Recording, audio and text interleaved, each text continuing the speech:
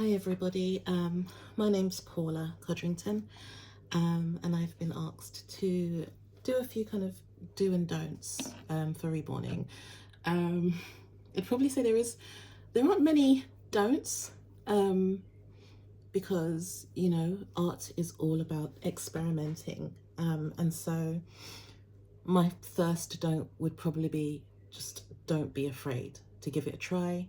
Don't be afraid to try things that are new. Don't be afraid to experiment. And yeah, because that's obviously how we all learn and grow.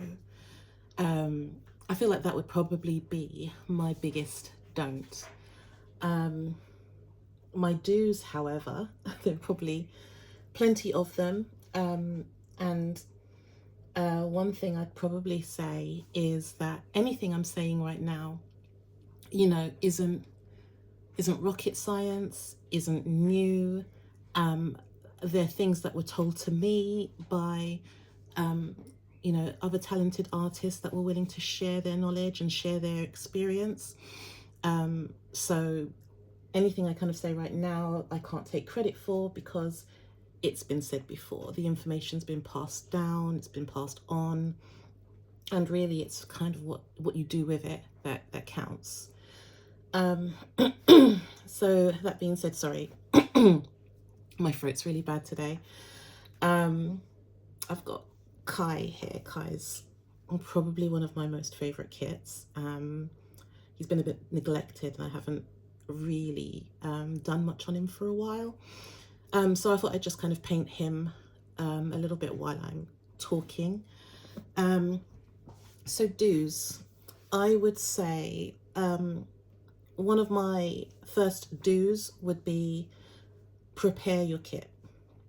Make sure your kit's clean. I never used to do this before, but I do it now. I prime my kits. I have, had a couple of instances where I've been painting, and especially where I paint darker babies. I've then found like the kit has holes or pitting, and then the paint gathers in that area, and it then starts to look really kind of messy and unsightly. So priming your kit hopefully should sort those kind of things out. By priming your kit, you're gonna fill in some of those tiny holes that you can't see and you probably won't see until you start painting. Obviously by cleaning your kit, you're getting rid of any dust and debris, so you're not going to end up, painting fluff into your kit.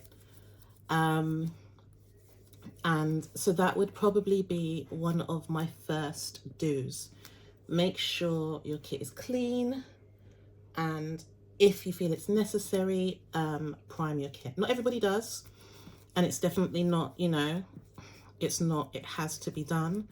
I just find I find it helpful now, and I also like the texture it gives. So it kind of helps the first layer of paint go on quite neatly, and all over, like thoroughly.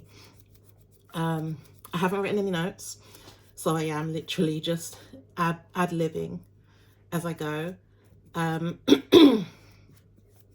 One of the next things I'd say is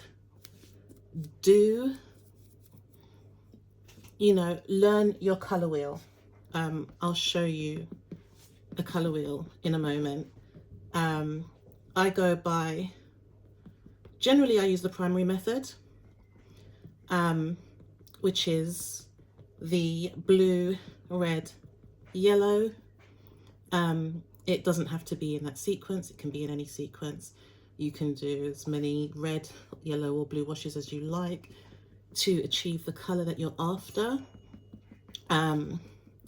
But it's primarily the use of those three colors to achieve whatever tone you are after. So what I would say is, with that in mind, I will grab the color wheel after I've finished pouncing this young man. I'm not even sure if I'm doing this on camera. The light's very bright and I can't see my own camera, but give me 1 second and I will grab the color wheel.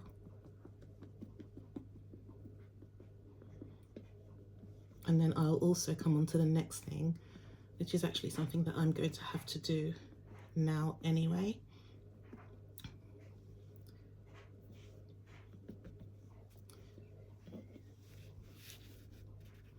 Bear with me.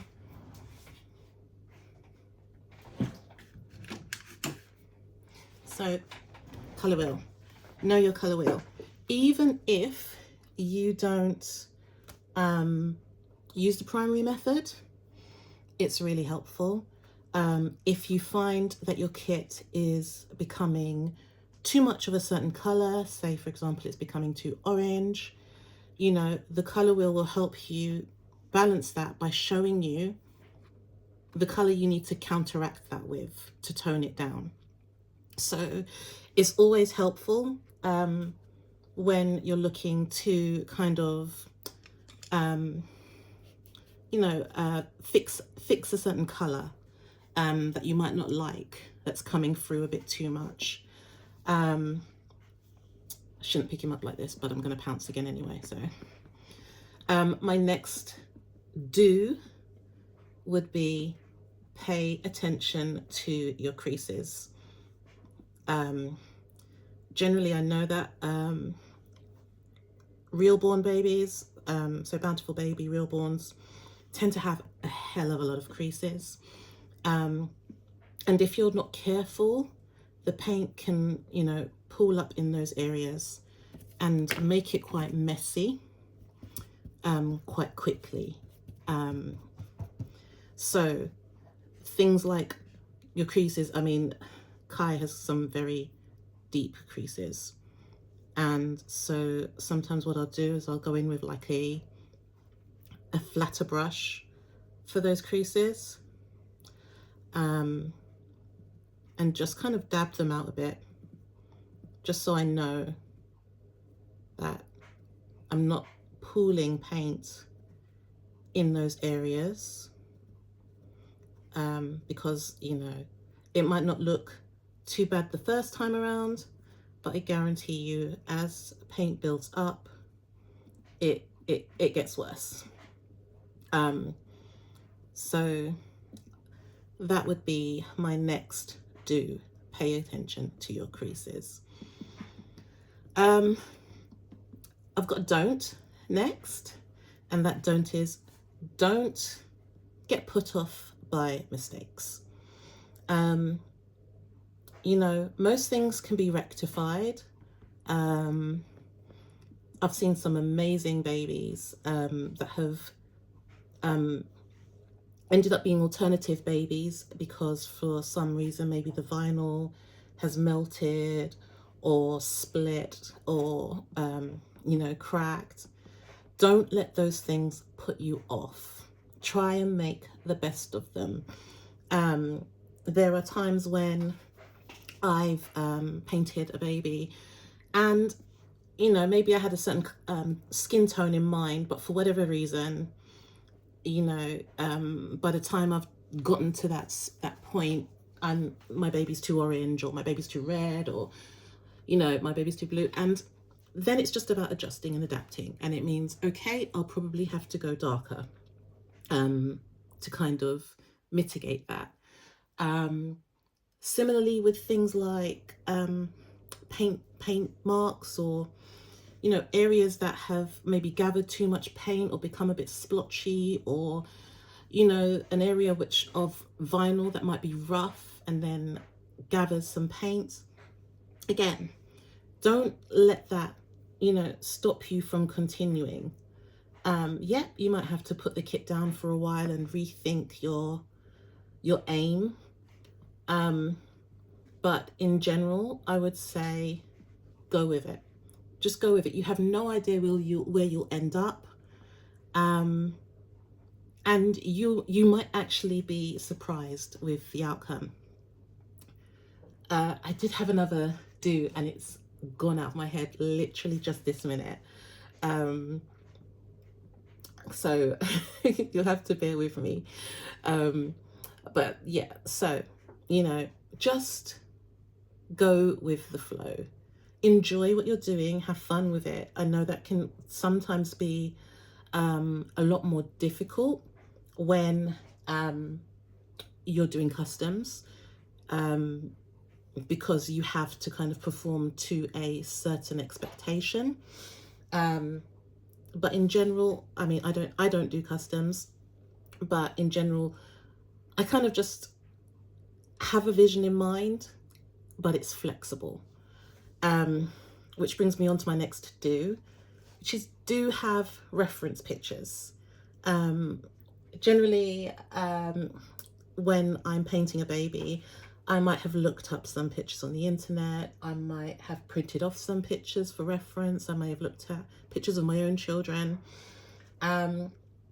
Even if what you're looking at isn't necessarily similar to the kit you're painting, what reference pictures do is they give you an idea of, where highlights, where shadows, where hairlines, all of those kind of things, where they sit on the face and in, the hands, the details, all of that stuff.